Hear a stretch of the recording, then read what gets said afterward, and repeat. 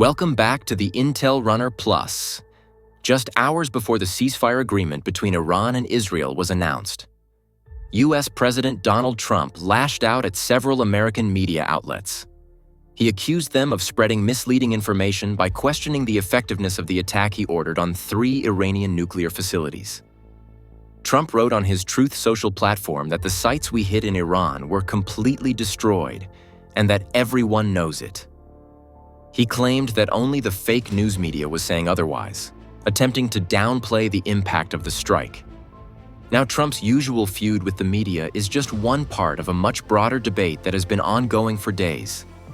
This debate centers on the impact of the powerful American strike on Iranian nuclear facilities, specifically the fortified underground Fordow facility, and whether its destruction, if confirmed, would truly affect the future of Iran's nuclear program. The two sides of this conflict see this last point very differently. From Iran's perspective, the Israeli and American strikes did not significantly affect their nuclear capabilities or the continuity of the program, including long-term enrichment capabilities. On the other hand, Israeli Prime Minister Benjamin Netanyahu, upon the ceasefire's implementation, declared that Israel had achieved its goal of eliminating the Iranian nuclear and missile threat. So, the big question is, whose statements are more accurate or closer to the truth? Has Iran truly lost its ability to build a nuclear bomb forever, especially with the possibility of Fordow being destroyed? Or does Iran still possess this capability? That's what we'll discuss together in today's episode. I'm your host, and this is the Intel Runner Plus. Please consider liking this video and subscribing to the channel. It helps us a lot. Our story begins back in May 1979. Just months after the fall of the Shah's regime and Ayatollah Khomeini's rise to power in Iran, a former energy advisor to the Shah's government named Ferdun Fesaraki was arrested. After his arrest, Fesaraki was brought before one of Khomeini's closest advisors at the time, Ayatollah Mohammad Beheshti. When Fesaraki, who had been instrumental in the Shah's nuclear energy file, found himself facing Beheshti, he believed it was the end for him. He thought he would be executed, just like many of the Shah's aides had been in the first few months after his fall. But the surprise was that Beheshti didn't want to execute him. He wanted Fesaraki to work with the new Iranian regime on an important, yet then unknown project, the Iranian nuclear bomb project. Fesaraki recounted this meeting, stating that Beheshti told him it was his duty to help the Islamic Republican Party in making this bomb. Fesaraki explained that it would be very costly, to which Beheshti replied, "Don't worry about the costs. The costs are reasonable, but we must start." Fesaraki, of course, accepted Beheshti's offer, as he had no other choice. The team Fesaraki wanted to assemble for the project included 6 scientists who were outside Iran. Fesaraki told Beheshti, "I will travel to them, convince them to return, and bring them back with me." Fesaraki got his visa, left Iran, escaped to the United States, settled there, and didn't return until 1987. Why Fesaraki decided to return to Iran willingly after 7 years of escaping is a long story. So, let's pause here and tell it from the beginning. On May 18, 1974, India successfully conducted its first nuclear weapons test. Weeks later, on June 23rd of the same year, a French newspaper, Les Informations, published an interview with the Shah of Iran, Mohammad Reza Pahlavi. He was asked, in light of India's nuclear experiment, if Iran would seek to acquire a nuclear bomb.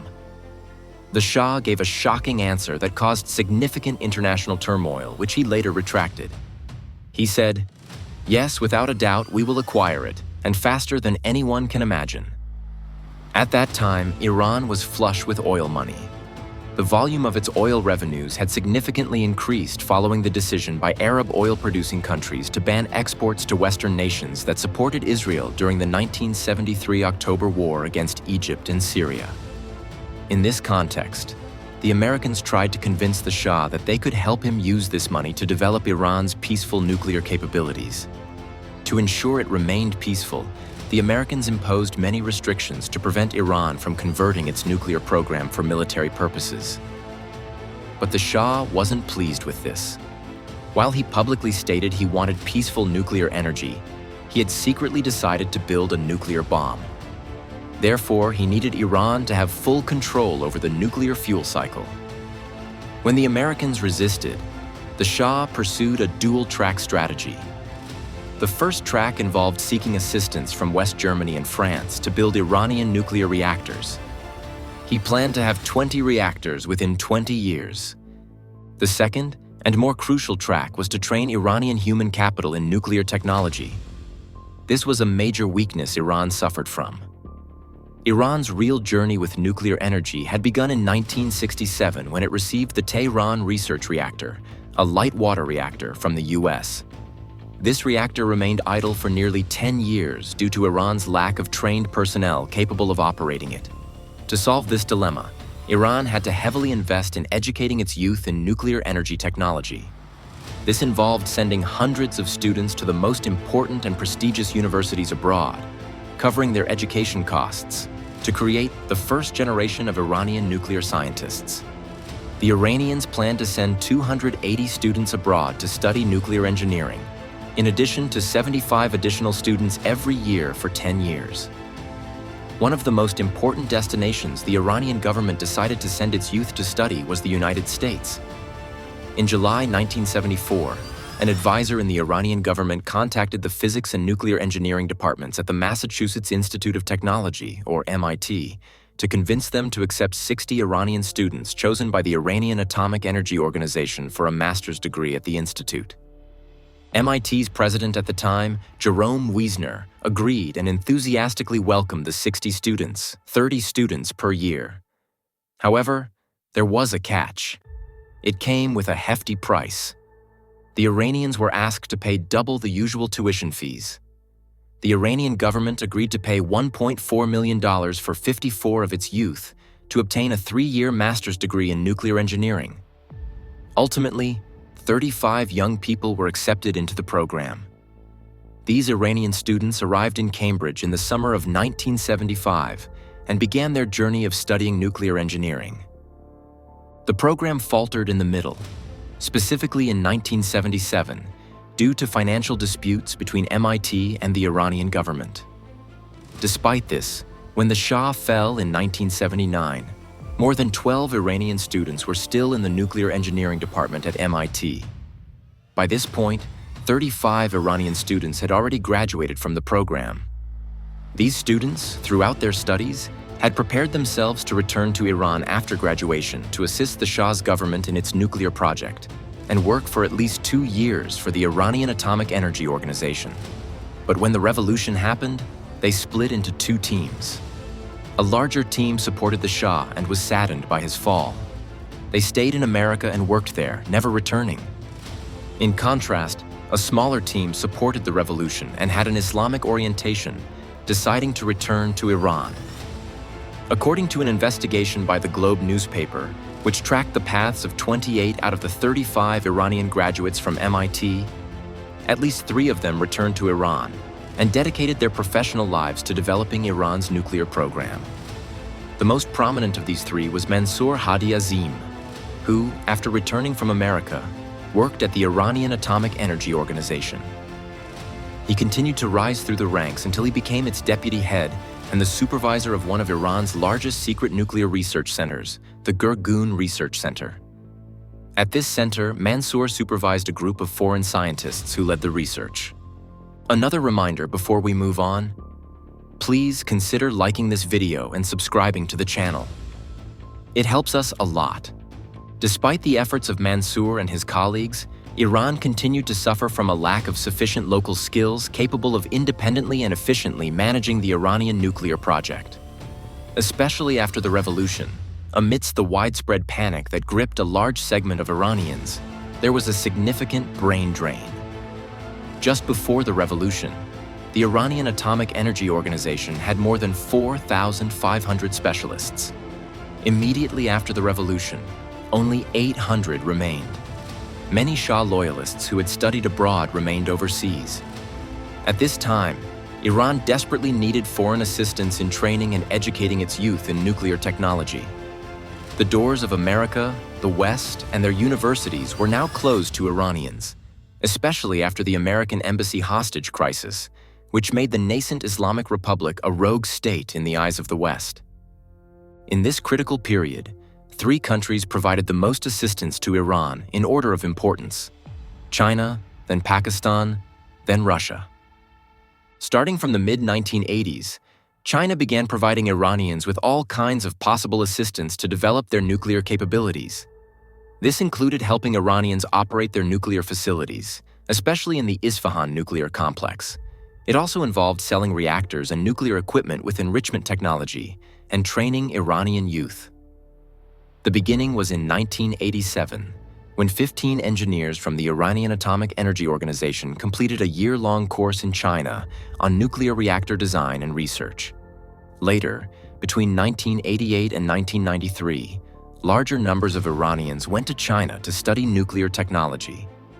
The Iranians were determined to fully localize nuclear technology by educating as many Iranians as possible across all stages of the nuclear fuel cycle. They saw simply importing technology or relying on foreigners to manage and operate the program as a great danger. This Iranian determination to localize nuclear technology increased after the humiliating outcome of their war with Iraq in 1988. This war further solidified the new Iranian regime's conviction, under Khomeini's leadership, that a nuclear weapon was an indispensable deterrent for Iran. That's why the Iranians didn't stop at China. They were keen to learn from anyone, including Pakistan, which had reached a very advanced stage in its nuclear program. The Iranian-Pakistani nuclear cooperation is shrouded in great mystery because it was highly secretive and largely hidden from Western intelligence agencies. However, let me quickly tell you what we know or what reports and studies on the subject indicate. In the mid-1980s, the Iranians and Pakistanis reportedly signed a secret agreement for cooperation in nuclear energy. This agreement is said to have included a clause stating that Pakistan would commit to training at least 6 Iranians at the Institute of Nuclear Science and Technology in Islamabad and the Institute of Nuclear Studies, in addition to training Iranian scientists on centrifuge devices. In 1991, the International Center for Theoretical Physics, founded by the renowned Pakistani theoretical and nuclear physicist Muhammad Abdul Salam, was facing a major financial crisis. At that moment, the Iranian government intervened and loaned the center, which included a large number of scientists specializing in nuclear technology, $3 million, saving it. In the same year, Iran sent 77 scientists from various specializations, primarily nuclear technology, to the center to learn and develop their expertise. The Iranians attended courses in nuclear reactor physics and condensed matter physics. Muhammad Abdul Salam allowed the Iranians to learn freely, without scrutinizing whether they were learning nuclear technology for peaceful or military programs. He did the same with scientists from other countries who studied and conducted research at the center, such as India, Pakistan, and China. From this perspective, we can say that Abdul Salam contributed to the Iranians developing their expertise in nuclear technology. The same applies to his compatriot, the most famous Pakistani nuclear physicist, Abdul Kadir Khan. Abdul Kadir Khan sold the Iranians components of P1 and P2 centrifuges and provided them with the drawings and designs of these devices. At the same time, he sold them other nuclear technologies. This was a crucial factor in the Iranians later developing their capabilities, especially in centrifuge technology. In parallel with sending their scientists and engineers abroad to learn and then return to work, study, and conduct research in Iranian facilities, universities, and research centers, the Iranian government began encouraging Iranian scientists living abroad to return to their homeland permanently. This was the reason behind Fesaraki's return to Iran, whose escape story I told you at the beginning of the episode. Fesaraki returned to his country at the invitation of the Iranian government, which covered all his expenses. When suspicions arose about the reason for his sudden visit to Iran after 7 years of escaping, he claimed his return had nothing to do with Iran's nuclear program. These efforts to attract migrating Iranian minds significantly increased during the presidency of former Iranian President Akbar Hashemi Rafsanjani. In 1993, he established a task force aimed at launching initiatives to encourage Iranian scientists abroad to return to Iran. These initiatives included holding seminars and conferences in Europe and the United States. Their goal was to directly communicate with Iranian scientists and try to convince them by appealing to their nationalistic sentiments and incentivizing them with economic benefits if they agreed to return to work in Iran. Rafsanjani's policies were largely successful in convincing tens of thousands of expatriate Iranian specialists and scientists to return to their homeland. Concurrently, Rafsanjani and his successor, Mohammad Khatami, poured a lot of money into developing higher education infrastructure. The result of all these efforts is Iran's success in creating a local environment capable of embracing a large part of complex nuclear technology. The most important aspect of this environment is not the important nuclear facilities that have been built over decades with billions of dollars, but rather its human competencies and accumulated knowledge, which allows Iran, theoretically, to manufacture a nuclear bomb through its own efforts. One more reminder, if you have listened this far, please consider liking this video and subscribing to the channel. It helps us a lot. This approach has led Iran to clash with the international community starting from 2003 until today, with the exception of the period between 2015 and 2018, when the nuclear deal between Iran and the P5+1 group was in effect. With former US President Donald Trump's withdrawal from the agreement in his first term, primarily at Israel's instigation, the Israelis saw the deal signed by the former US president with Iran as a catastrophe. They believed it allowed Iran to retain its full nuclear capabilities and regain its ability to enrich freely after 15 years. For this reason, Israeli Prime Minister Benjamin Netanyahu incited more than one US president to strike Iranian nuclear facilities. This was an option that all presidents avoided due to fear of its consequences, with the exception of Trump, who refused to take this step in his first term and finally did so in his second term, with the launch of the Israeli war on Iran.